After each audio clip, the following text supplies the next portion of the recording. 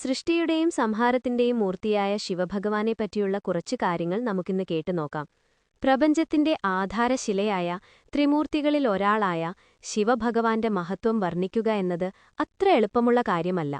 ഏതൊരു ഭക്തനും ആഗ്രഹിക്കുന്ന ഒന്നാണ് ശിവനെക്കുറിച്ചുള്ള അറിവ് നേടുക എന്നത്. ശിവൻ സംഹാരത്തിന്റെ ദേവനായാണ് അറിയപ്പെടുന്നത്. എന്നാൽ സൃഷ്ടിയുടെയും സ്ഥിതിയുടെയും കാരണഭൂതനും അവനാണ്. ശിവന്റെ വിവിധ രൂപങ്ങൾ പ്രപഞ്ചത്തിന്റെ നാനാവിധ ഭാവങ്ങളെയാണ് പ്രതിനിധാനം ചെയ്യുന്നത്. ശിവലിംഗം ശിവന്റെ ഏറ്റവും പ്രധാനപ്പെട്ട ഒരു പ്രതീകമാണ്. ഇത് സൃഷ്ടിയുടെയും സ്ഥിതിയുടെയും സൂചകമായി കണക്കാക്കപ്പെടുന്നു.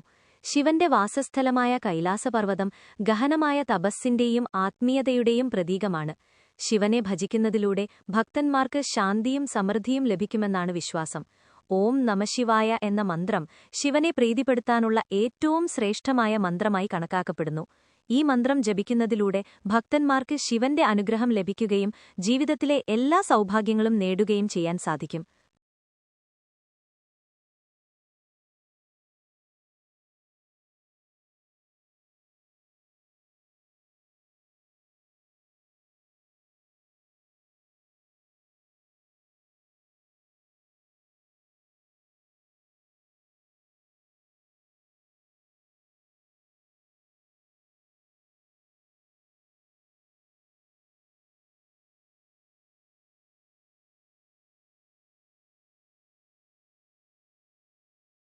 നന്ദി ശിവന്റെ വാഹനമായതുപോലെ തന്നെ കൈലാസത്തിന്റെ രക്ഷകനായും കണക്കാക്കപ്പെടുന്നു.